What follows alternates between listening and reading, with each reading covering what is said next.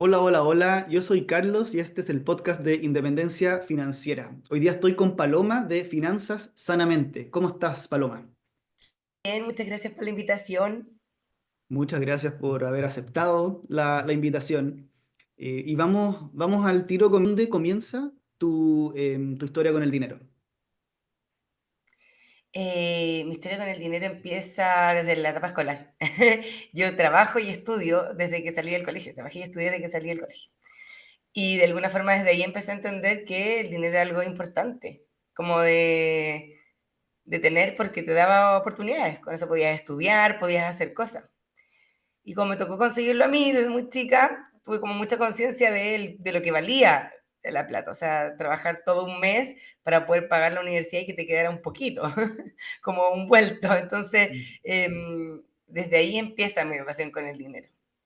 Muy Y- buena por lo demás, yo tengo una muy buena relación con el dinero. Buenísimo, no esperaba menos. ¿Te acuerdas de esos primeros ingresos quizás, primeros sueldos? ¿Qué hacías con esa plata? ¿Era gastártelo en el día a día? ¿Ahorrabas un poquito para una compra quizás un poco más grande que tenías pensado? ¿Qué hacías con esos primeros sueldos? Mira, la verdad es que yo estoy pololeando con el que es mi marido desde los 19 años, muy chica. Los dos trabajábamos y estudiábamos y yo tenía muchas ganas de irme de mi casa, como que tenía una necesidad muy real de tener mi propio espacio, porque no estaba viviendo en un lugar donde me sintiera cómoda, entonces como que necesitaba salir y mi marido un poco también tenía poco espacio, entonces también como que necesitaba salir, porque venimos como, tenemos igual un origen que de alguna forma no teníamos tantas comodidades en nuestras casas, entonces esa necesidad de tener nuestro espacio nos hizo que usáramos la plata de estudiar y ahorrar, éramos la verdad bastante atípicos.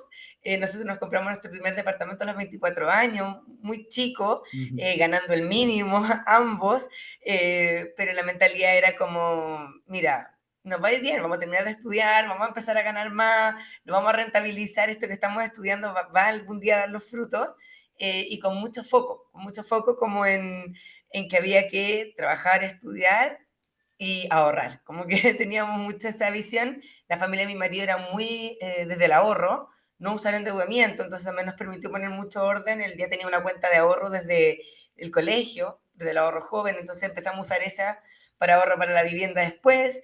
eh, y dejábamos un poquitito para el disfrute igual, siempre todos los meses era como ya, y aquí vamos a darnos un premio de ir a comer a algún lugar, arrancarnos un fin de semana a la playa, como que ese era nuestro lujo en ese momento. Y era el pensamiento que nos acompañó y yo creo que es lo que me permitió y nos permitió como familia poder estar más cerca de la libertad financiera, alguna por la independencia financiera, Buenísimo, la constancia. buenísimo. Y esos años de 19, 24 años, ¿qué era lo que estudiabas y en qué trabajabas? Sí, yo partí estudiando Derecho con una beca y trabajaba part-time en una cafetería muy conocida de Una Sirena, donde era barista. Antes de eso, trabajé en un cine, donde me preocupaba de limpiar la sala, atender la confitería, ser cajera, como que esa fue un poco mi trayectoria. Y después en la cafetería fui ascendiendo y fui teniendo cargo de supervisora, asistente de gerencia de tienda, entonces ya empecé a generar mucho más recursos porque igual es una empresa que paga buenas remuneraciones en relación a las horas trabajadas, considerando que además yo todavía no tenía un título. Y en cuarto año dije, oye, aunque estoy becada no es lo que quiero hacer, sin contarle a nadie, solo a mi pololo, al Robert, le dije, voy a congelar y me voy a meter a estudiar administración financiera vespertina. Y voy a congelar de esto, no me gusta derecho y yo quiero dedicarme a la finanza. A mí me gusta la caja, contar plata. A mí me gusta la plata, como que me di cuenta que eso de manejar plata, cerrar caja, trabajar con la plata, a mí me gustaba mucho. Entonces yo dije, primero estudié cajera bancaria, después estudié em, técnico en administración financiera en el DUOC, y desde ahí empezó todo un trabajo de hacer carrera diurna en el área de la finanza y estudiar vespertina en forma paralela para ir pudiendo acceder a mejores cargos y tener mejores posibilidades en el mundo de la finanza. Buenísimo. Así que como que partiste en los trabajos que uno típicamente esperaría de una estudiante universitaria, como en la cafetería, en el cine, y después con este cambio de carrera, en el fondo dijiste, el derecho no es lo mío, voy a estudiar administración de empresas. Ahí como que dijiste Sí, ya, y puedo trabajar, como que trabajo de día en temas financieros y en la noche voy aprendiendo como para profesionalizarme y poder acceder quizás a un puesto más de mayor responsabilidad. sí. Y en el DUC tenían la carrera de administración financiera, que era como dedicada a administración de Específico. empresas en finanzas, para hacer básicamente tesorería, era como ese un poco el enfoque. Y para mí fue como revelador, como decir, no solo me gusta hacerlo, me gusta estudiarlo, como que me... Ujú. Siempre desde el colegio, y por eso trabajo también mucho con esto, yo no sentía que era buena con los números. Entonces, cuando yo me gané la beca, yo dije, sí, obvio, lo mío es ser humanista. Está bien, por eso quedé en Derecho, porque esa fue mi mejor PSU, la de Historia. Entonces, como que dije, claramente, esto es lo mío. Cuando me metí a estudiar la administración financiera, yo dije, no, los números son lo mío, no tiene nada que ver con lo que viene en el colegio, y de alguna forma descubrí que esto de que me gustaba la plata, trabajar con la plata y como que generar dinero en términos reales, tenía un sustento teórico. Entonces, que si uno iba como complementando estas dos cosas, iban pasando cosas buenas. Por eso a los 24 años me compré la primera propiedad e insistí tanto con mi marido que ese era el camino, porque de alguna forma ya empezaba a ver que había decisiones que podían determinar tu futuro financiero para el resto de la vida. Entonces, como que fue súper revelador para mí poder estudiar algo con especialización en finanzas desde el principio, como que ese fuera el enfoque desde el principio. Claro, qué bueno que pudiste encontrar esa vocación relativamente temprano, igual, o sea, ya Sí, desechaste el derecho y pudiste enmendar el camino rápidamente a lo que tú querías hacer. Te quería sí. preguntar por inversiones, aparte de este departamento que compraron a los 24 años. ¿Hacían otro tipo de inversiones o netamente era ahorro y luego poner el pie y sacar un hipotecario para ese departamento? O sea, a esa edad con lo que ganábamos el enfoque era, estábamos un poco en el todo o nada, o sea, como que ahí era ahorrar para el pie, tener como un buen historial crediticio, como muy buen comportamiento para poder ganarnos un crédito hipotecario, porque fue un desafío tremendo ganarme ese crédito hipotecario. No estábamos, teníamos menos de 25 años, que yo no sé, hasta ese momento no sabía que era un tema que podía complicar el acceso al crédito. Éramos estudiantes, teníamos como un proyecto de cosas, no éramos como nada todavía como concreto para la banca, y trabajamos en cosas part-time o en cosas que no son tan estables. María trabajaba en la construcción, entonces mientras estudiaba diseño gráfico vespertino, entonces de alguna forma era como un proyecto que nosotros sabíamos que íbamos a hacer, pero teníamos que convencer al banco. Entonces todo nuestro enfoque estaba en eso.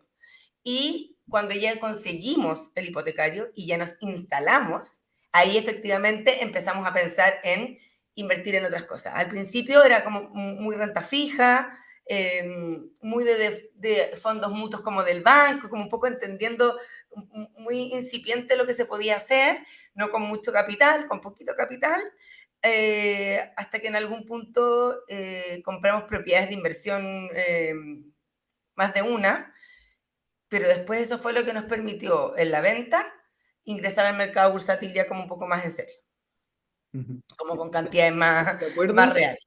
Te quería preguntar como por esa transición, porque en el fondo tú estás todos los meses, imagínate, ya, todos los meses ganan su sueldo, van ahorrando para el pie, tienen el evento de, oye, firmo la escritura, qué sé yo, y de ahí de un día para otro, en vez de pagar arriendo, o sea, en vez de pagar arriendo, estás pagando un dividendo, y obviamente el pie que tú estabas ahorrando se convierte en ahorro para otras inversiones. Como que eso, así me lo imagino, ¿fue algo así?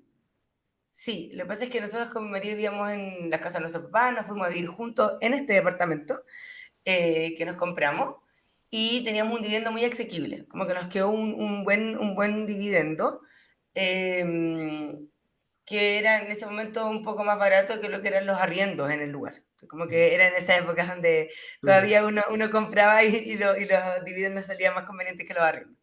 Entonces empezamos a encontrar una oportunidad de ahorro, y eso fue algo que nunca dejamos de hacer.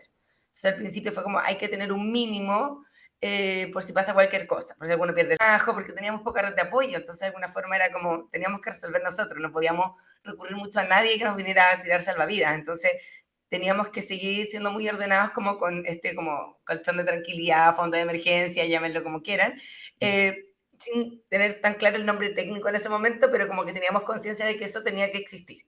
Y cuando ya logramos eso, de ahí empezamos a definir montos para mejorar nuestro departamento, que tenía cosas que mejorar, invertir en el mismo lugar y destinar un porcentaje para viajar, que era algo que nos gustaba mucho hacer, y un porcentaje para invertir en cosas diferentes, como en una segunda propiedad o en el mercado bursátil, como que era plata que teníamos como todo un poco en renta fija, pero tenían como distintos focos. Entonces, empezar a intencionar que pasara más de una cosa.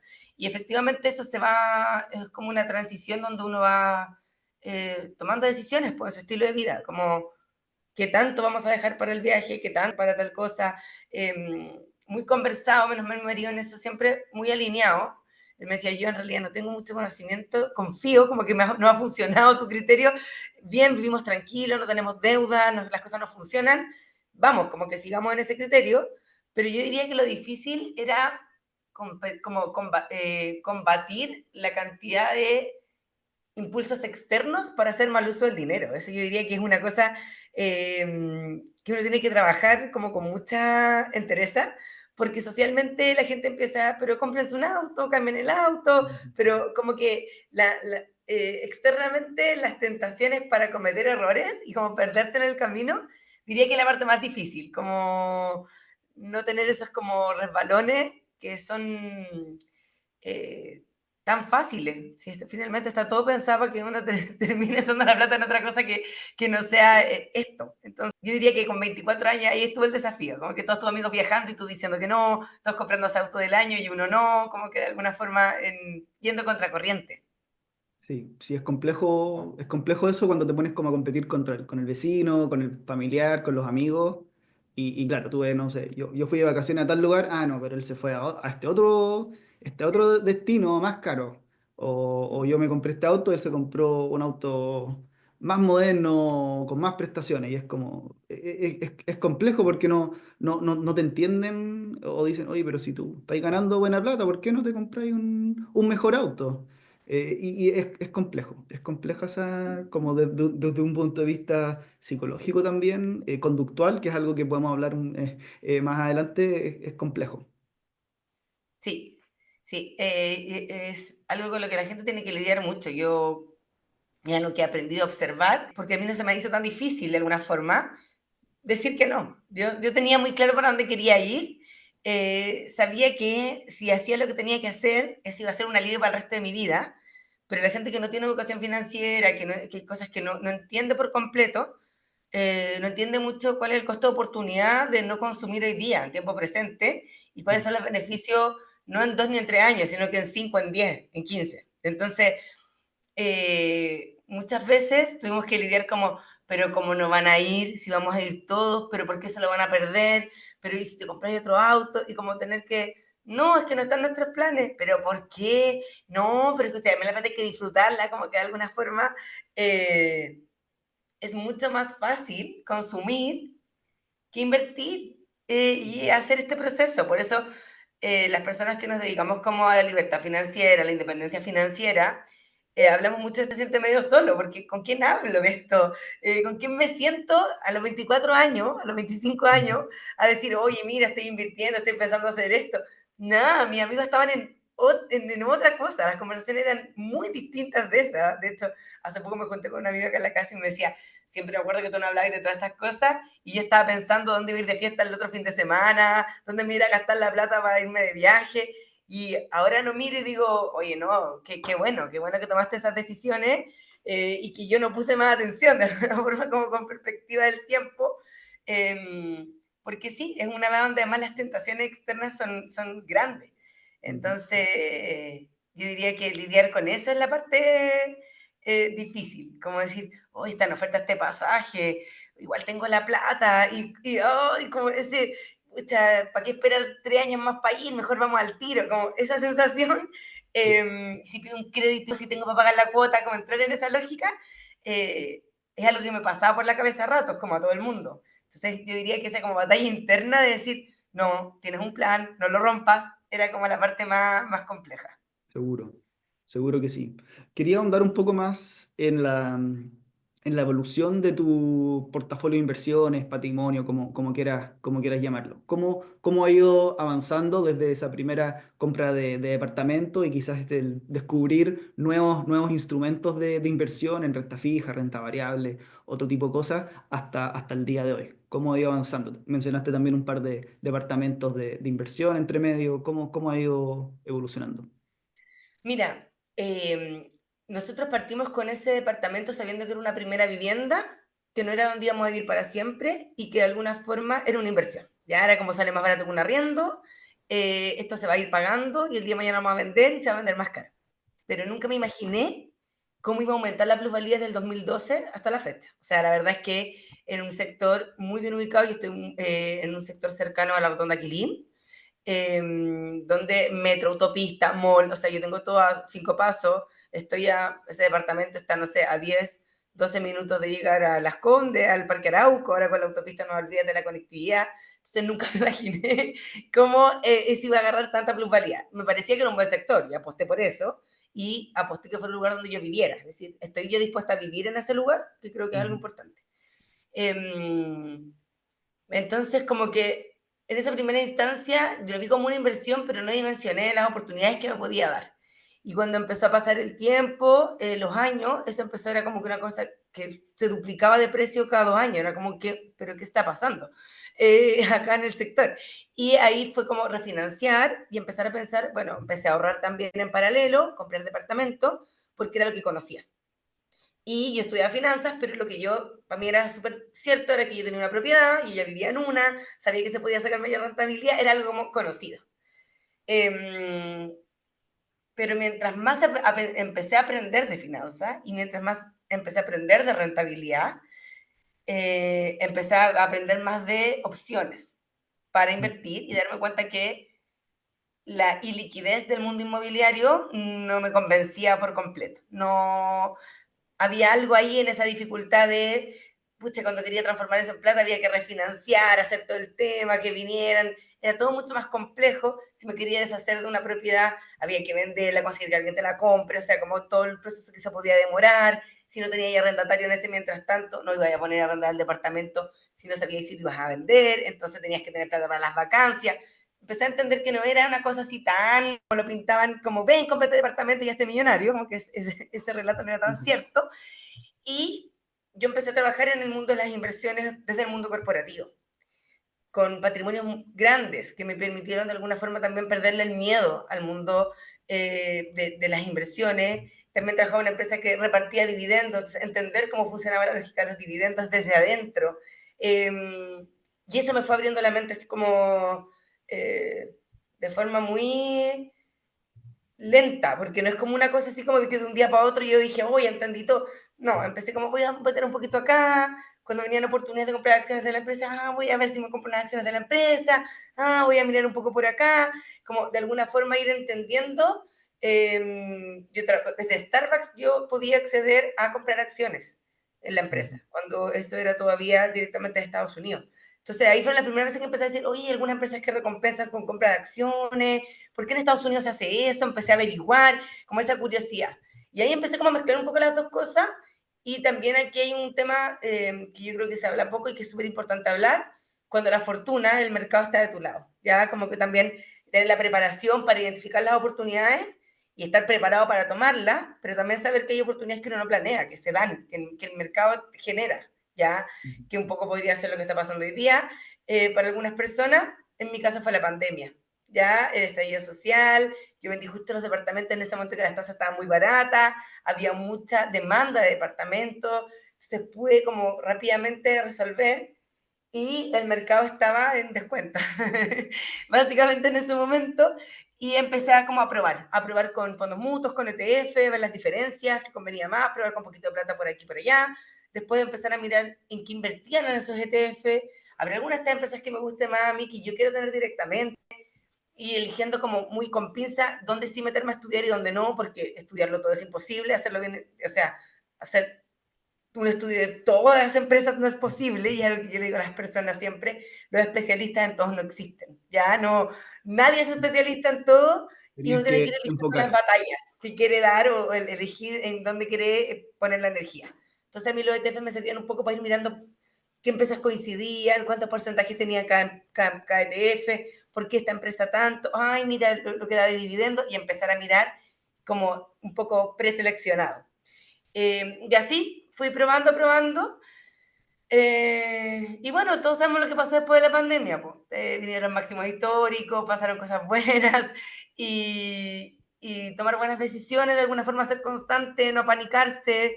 Me compré mi casa propia, que mucha gente me decía como, oye, pero con esa plata para qué, mejor seguir invirtiendo. Y yo decía, no, porque a mí nadie me saca de mi casa y eso es algo que para mí no tiene precio. Yo soy mamá, tengo un perro, tengo un gato Ujú, y la casa en la que vivo a mí me encanta, es cómoda, está en un barrio que me encanta. Entonces, para mí esa tranquilidad, ¿qué precio tiene? ¿Cómo pongo eso en un Excel? ¿Cómo te explico cuánto vale para mí eso? No, no te lo puedo explicar, pero sí te puedo decir que vivo muy feliz, muy tranquila y yo creo que eso en parte fue lo que me permitió tomar la decisión de dejar el mundo corporativo, saber que tenía ujú, como un sustento más o menos resuelto. Tenía mi casa y tenía para comer y tenía para pagar las cuentas y eso dije, bueno, entonces puedo probar y lanzarme porque tengo más o menos resuelto lo básico. ujú. Y un poco así fue mi camino. Buenísimo. ¿Y la casa la compraste al contado o la tienes con un hipotecario? No, tengo un poco de apalancamiento porque obviamente para que sea negocio, igual obviamente tengo parte de esa plata apalancada, pero lo que yo pago por esta casa no tiene nada que ver lo que costaría vivir en esta casa en Chile, ni como dividendo ni como arriendo, o sea, un tercio Ujú, de lo que saldría vivir en una casa como la que yo tengo. Entonces, de alguna forma, claro, puedo reducir mis ingresos porque de alguna forma disminuir mi gasto basal, sin afectar mi calidad de vida. Entonces, en esa decisión, y que yo la pensé mucho, fueron un par de años, tirar líneas, no fue una cosa así como que hice así a tonta y a loca, sino que averigué el barrio, miré, revisé que fuera realmente lo que quisiera, como que tuviera comprarme la casa y que generar un porcentaje también de apalancamiento. eh, y también con el departamento. Cuando ya estaba por casi pagarse, también lo refinanciamos. Es algo que vamos haciendo con las ujú, propiedades para ir como moviendo el capital, porque si no, de alguna forma se va estancando. Eso es lo que pasa con la propiedad inmobiliaria, que si uno no hace esas gestiones, como que tienes algo que vale tanto, pero que no puedes disponibilizar. Y entonces de alguna ujú, forma te vas quedando como amarrado. Pero si uno va como apalancándose y va como refinanciando, se va generando financiamiento que se va pagando gracias a los arriendos, o en mi caso, gracias a que igual tengo que pagar un lugar para vivir, pero pago mucho menos por una muy buena calidad de vida, y de alguna forma fui tomando esas decisiones desde lo inmobiliario. Pero lo reduje a tener los DFL que están exentos, mi casa y nada más, como no llenarme de departamentos, que en un minuto fue mi plan, como tener 10 departamentos, como que pensé que se podía hacer una buena idea, bueno, eso lo abandoné, ya prefiero el mercado bursátil. perfecto. Y entiendo entonces que pusiste un pie más o menos importante para tener un dividendo más bajito. Sí. Esa como definición, oye, no sé, por decir 20, 30, 50% de pie versus quizás poner lo menos, lo mínimo exigido por el banco y tener un dividendo más alto. Esa decisión, ¿cómo la tomaste? Nada, fui en el fondo tirando números, pensándolo como de verdad una decisión súper ensayo y error, como ya, y si pongo tanto, ¿cuánto me saldría? Y si me saldría tanto, y si pongo tanto, así como muy probante, y si pongo 30%, y si pongo el 40%, y si pongo el Ujú, 70%, ya el 80%, no tal vez mucho el 80%, como que de alguna forma ir haciendo la nivelación de también cuánto quería dejar para el fondo de emergencia, cuánto quería dejar para remodelar y hacer cosas en la casa, como también de alguna forma yo quería ujú, poner piscina, quería hacer cosas, entonces también como uno va equilibrando lo que uno tiene para que todo como que funcione de alguna forma. Y por eso digo, me demoré un par de años, porque al principio tenía un plan, después en el camino empecé a mirar casas, cotizar y decir, oye, no, no están como yo pensaba, igual hay cosas que son caras, igual hay cosas que casi comprarse casas con terrenos grandes en Santiago hoy día casi implica comprar casas usadas. Entonces, ninguna casa la llegaría a habitar, a todas como que había que hacerle algo, pero mientras más había que hacer, mejor precio podías conseguir. Entonces uno empieza a decir, oye, si me consigo la peor casa, pero con la mejor ubicación posible, ese sería el gran negocio. O sea, como la mejor ubicación, ujú. ojalá una casa en las peores condiciones, porque ese debería ser el mejor negocio. Pero después empecé a pasar un rato y empecé a decir, bueno, pero qué tan malas condiciones, porque arreglar todo esto tampoco es tan así, ya, de ver un maestro y listo. También hay que lidiar con todo lo que implica la construcción, sacar cosas, cañería. Ojalá algo que esté un poquito actualizado, que algo le hayan hecho digamos, desde los años 60 que algo le hayan hecho, porque si no te vas a encontrar con un montón de problemas gigantes. Entonces Mm, también empecé como a aprender a mirar eh, y, y ahí fui como sacando cálculos hasta que un punto dije, aquí me quedo con un monto que es interesante, que me permite generar rentabilidad en esto, que me deja un fondo de emergencia que me tranquiliza, que me da un monto para remodelar lo que quiero cambiar y que me permite tener un dividendo que puedo pagar, incluso si me dedicara a hacer algo donde ganara muy cerquita el mínimo, o hiciera Uber o como alguna cosa part-time, si me esfuerzo lo suficiente podría incluso cubrirlo así. Entonces como que como yo vengo muy del mundo del trabajo, del esfuerzo, siempre es como, me pongo mucho en esa visión de, ¿y ahí qué pasa si todo sale mal y tuviera que volver como a hacer café? ¿Eso me permitiría pagar el dividendo? Sí, ya. mm, Entonces, una casa que podría sostener y que no voy a perder, incluso si todo saliera mal. Que nunca sale todo mal, pero es bueno tener esa tranquilidad de decir, oye, me puse en el peor escenario y este escenario se resuelve. ujú, Y así fue, como que eso fue, ponerme en el peor escenario posible y decir con los números que tengo, ¿puedo? Sí, puedo. Ok, listo.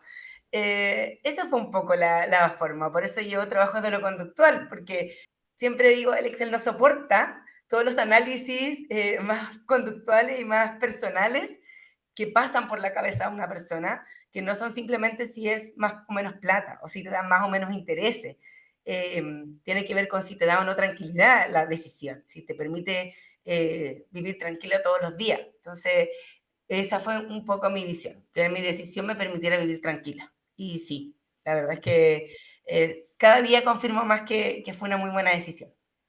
sí, sí, yo creo que es impagable el hecho de tener un dividendo súper, súper pagable en el fondo y saber que hoy si me despido, bueno, tú, yo creo que también fue como parte de una decisión mayor de vida que, oye, me permite renunciar y en el peor caso voy y manejo Uber o trabajo en un café. Quizás estarías un poco sobredimensionada como para trabajar en un café hoy en día, pero si es que tuvieras que llegar a eso, igual se paga el dividendo y las cuentas y puedes vivir. Quizás ese año, no sé, no hay vacaciones, no hay renovación de auto, pero sí te permite al menos solventar los gastos fijos y seguir con un estándar de vida.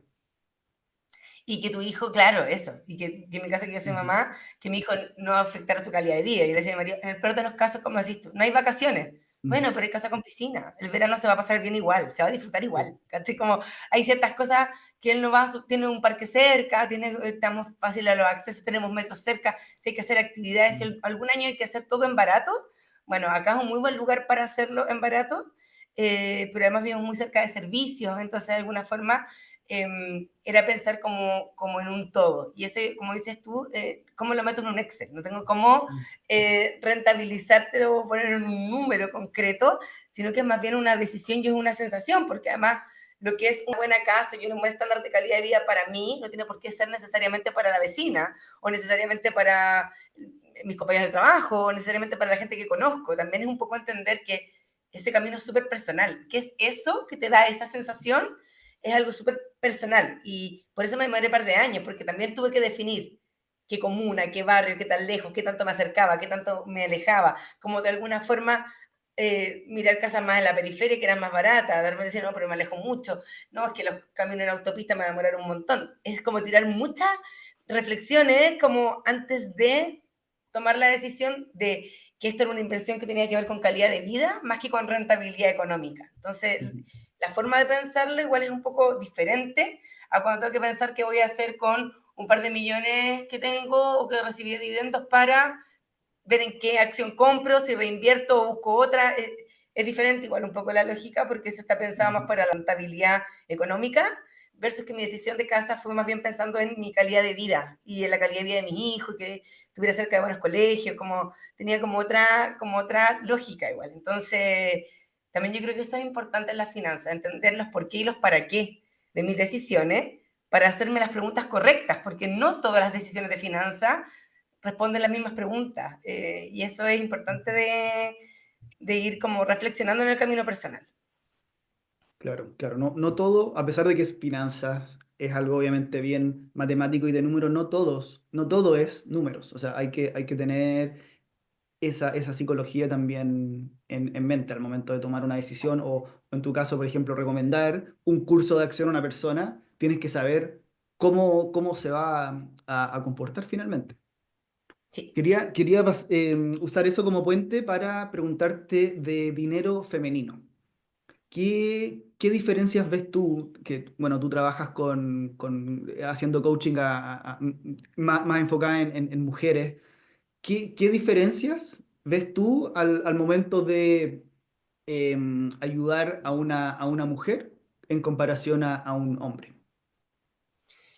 Mira, yo trabajo con hombres, mujeres, parejas, pero efectivamente mi foco está más en las mujeres. Entonces, lo bueno de eso es que he podido ver también los hombres que llegan a mí, cómo son sus enfoques y que están buscando mi acompañamiento, que no han encontrado como en hombres, digamos, cuando se han acompañado.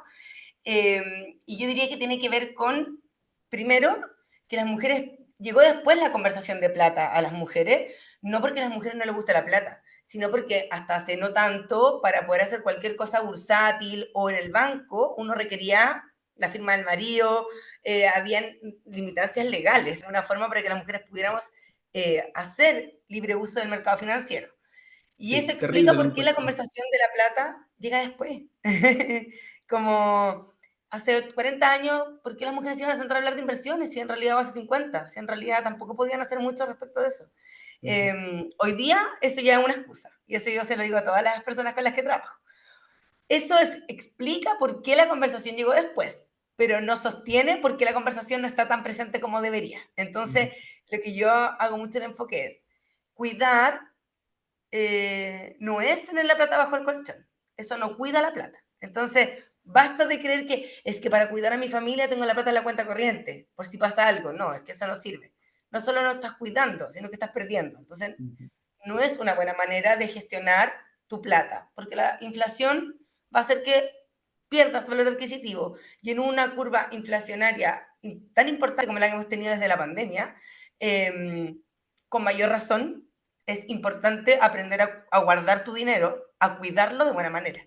Pero cuando ya empezamos con los seguros con ahorro, que es súper habitual en las mujeres, y el seguro de vida con ahorro, y que yo, no, yo gasto, no sé, 250.000 pesos en un seguro con ahorro, pero ahorro la mitad, el seguro con ahorro me ahorra la mitad. Y es como, o sea, de verdad, esos 250.000 pesos podrían ser mucho mejor utilizados en un modelo DCA, en un ETF, no sé, de S&P 500, como Ujú. a largo plazo y sería un mucho mejor rendimiento, cuidaría mucho mejor a tu familia, ¿cachai? Como tendría muchas mejores opciones.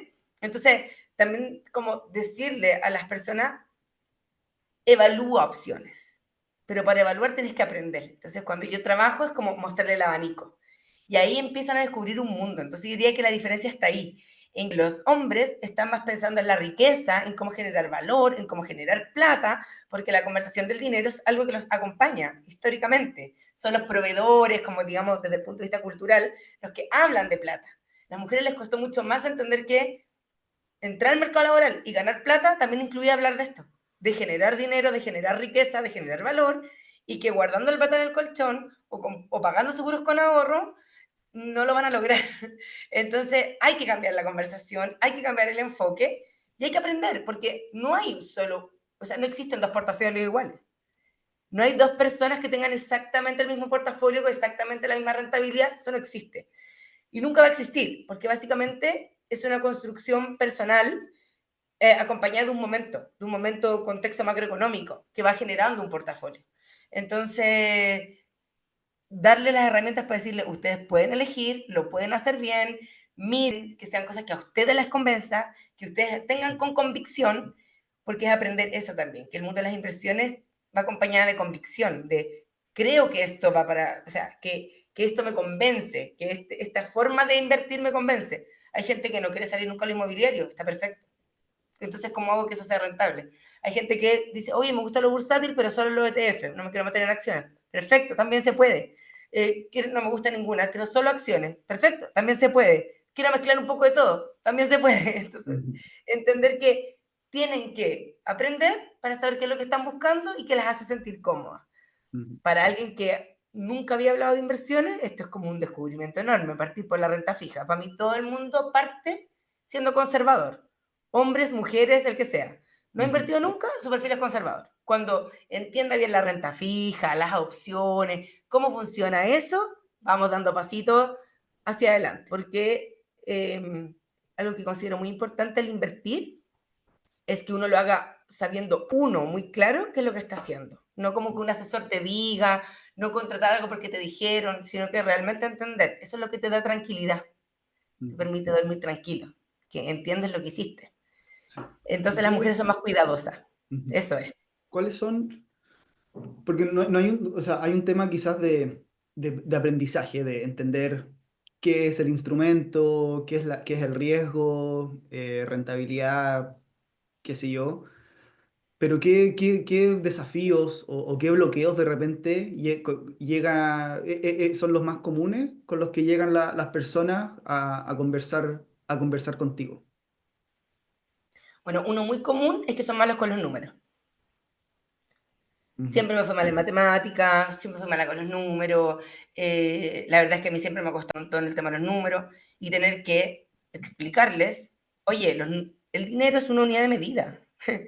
No es una cosa así física cuántica.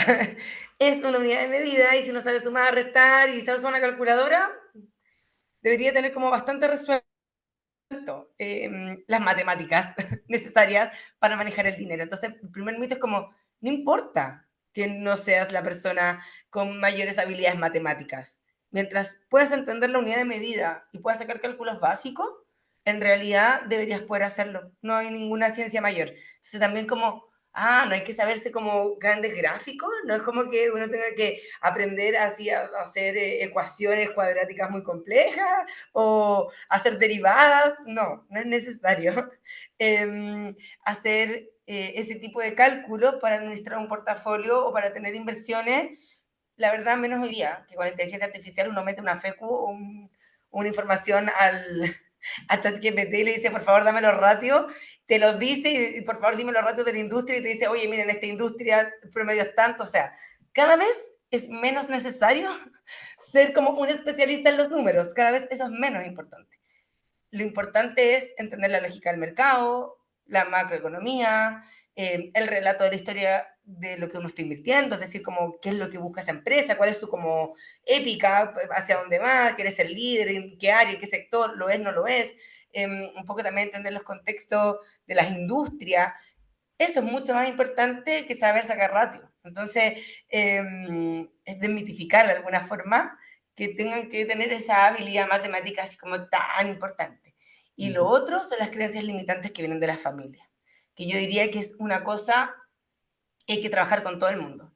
O sea, que la plata está vinculada con el sacrificio, que la bolsa es un casino donde la gente lo puede perder todo, donde la gente que gana mucha plata es porque ha estafado a alguien o ha engañado a alguien, que los ricos se hacen ricos porque de alguna forma engañan a otras personas, como un ujú. montón como de sensaciones respecto de la plata que son negativas y es como que la plata es sucia, que no Claro. sale de los árboles, como un montón de cosas, Dinero malvado, los ricos son malos, esas cosas que rodean el tener mayor riqueza. y que todos tenemos, pues yo me he pillado, yo a mi hijo, o sea, como que algo que uno practica no hacer, pero como realmente ir al supermercado, quiero esto, no, hijo, no hay plata para eso. No, qué mal mensaje. Entonces, como yo misma, cuando de repente me pilla así como eso que uno aprendió porque su mamá uno se lo decía, entonces uno lo repite, como repensar y decir, mira, hijo, en realidad sí hay plata para eso, pero prefiero gastarla en otra cosa. En algo que sirva más, que sea más útil, eso en realidad no es necesario. Hay plata, pero no quiero gastar en eso, que es distinto. Porque también uno empieza como con esa misma frase que satanizan, no hay plata, como no hay plata para comprarse unas galletas, oye, hay plata para comprarse unas galletas. No es eso, es que no es lo que yo preferiría gastar, que es distinto. Entonces, trabajo mucho el sistema de creencia con las personas y las familias que vienen acostumbradas a la deuda. O sea, cuando tú viniste de una familia donde siempre la deuda fue parte de la vida familiar, es como, obvio, yo me endeudé, porque pagar deuda es normal, ¿no? Es como parte de, toda la gente paga deuda. No, no es necesario, o sea, no tendrías por qué endeudarte. Y es como, ah, no, hay gente que vive sin deuda. Y es como, sí, claro, porque es la forma que vieron. Todo su entorno funcionaba con deuda. Entonces, Ujú, cuando les presentaron la oportunidad de endeudarse, ni lo pensaron, porque como que era parte de la vida tener deudas. Ese tipo de cosas son las que uno más tiene que trabajar con las personas. ujú. Buenísimo. ¿Y quizá alguna historia de éxito de de alguien que haya pasado por tus recomendaciones, por tu coaching? Sí, muchas, esto y eso me tiene muy contenta. Me tiene muy contenta porque cuando uno parte, como yo dejé el mundo corporativo, me formé como coach en la Cato, hice como, me metí a estudiar lo conductual, que en Chile no había casi información conductual, solo la Católica ofrecía un curso de finanzas conductuales. Empecé a averiguar en España, en Estados Unidos, para poder aprender un poco más. Y hice como match y decir, voy a hablar de finanzas así, desde esta manera, desde lo conductual, con este enfoque.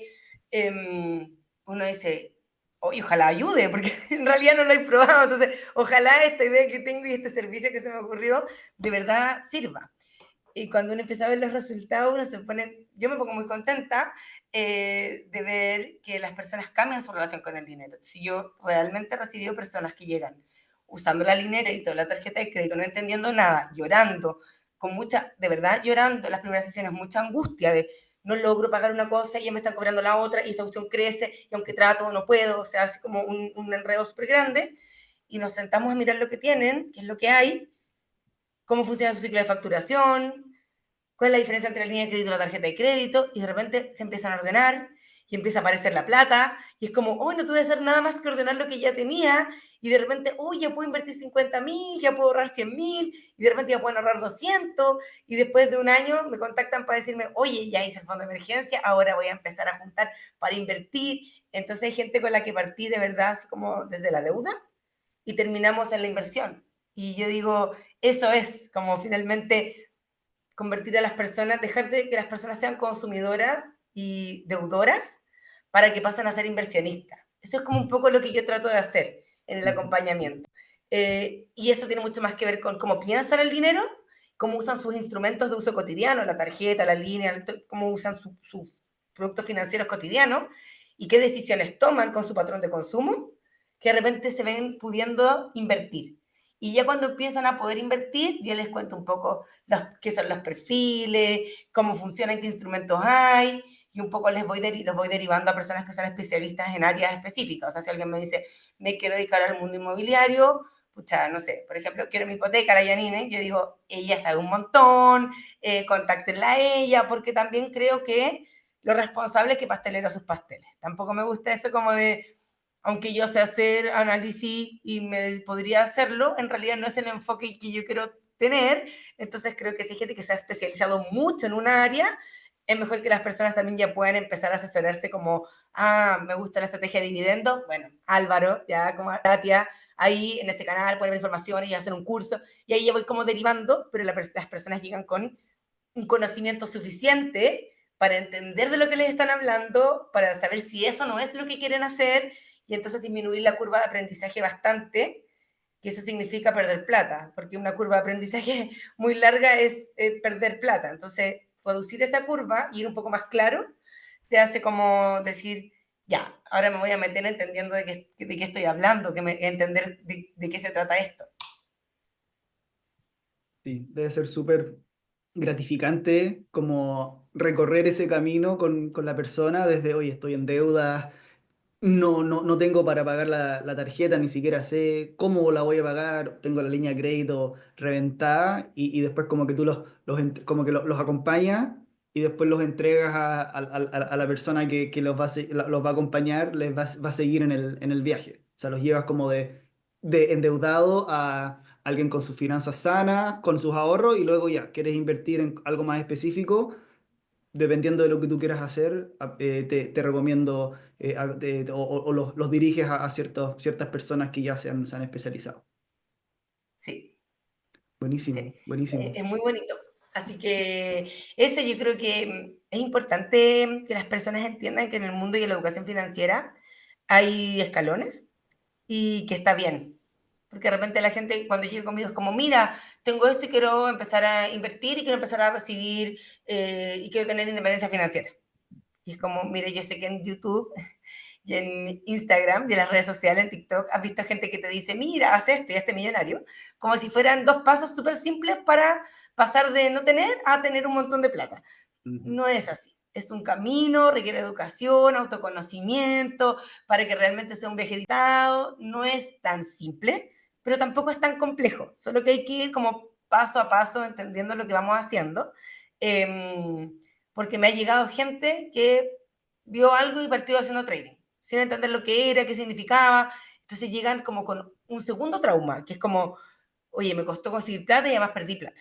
O la pasé súper mal. Entonces, mi consejo a las personas siempre es como, antes de correr hay que caminar, edúquense financieramente, la primera mejor inversión siempre es invertir en conocimiento, o sea, saber, para que no te estafen, para no cometer errores, para no hacer cosas que a uno no le gustan, y de ahí uno va tomando decisiones, pero ya sabiendo. ujú. Entonces, eso es como importante, como reafirmarlo. No, no se adelanten y no hay fórmulas mágicas para ganar plata, eso no existe. Pero sí hay formas de ganar plata de forma pasiva, pero no hay magia. Paso a paso y escalón a escalón. Es como, me acordé de ese meme que es de un tipo que se salta como, trata de subir una escalera como subiendo de a cinco pasos. Al final tienes que pasar por ese aprendizaje, educación, entender de qué se tratan las cosas. No es como en dos pasos, oye, me gano el kino y ya, Claro, soy millonario, independencia financiera. Como que no tal cual. es, ocurren muchísimas cosas y probablemente muchos años también entre una cosa y la otra. Aunque tú tengas los hábitos, tengas el ahorro, tengas las inversiones, igual la bola de nieve demora. Al principio es bien, es puro ahorro. O sea, la inversión, la rentabilidad que tú puedas generar es completamente marginal, insignificante con respecto a lo que tú puedes aumentar tu portafolio o tu patrimonio en ahorrar finalmente. O sea, Sí, aumentar tus ingresos, disminuir tus gastos y producir una brecha lo más grande posible para ahorrar e invertir. sí. Oye, Paloma, quería preguntarte cuál es la mejor manera de contactarte. Si alguien quedó entusiasmado con el material, con tu contenido, por dónde es la mejor manera de encontrarte en las redes?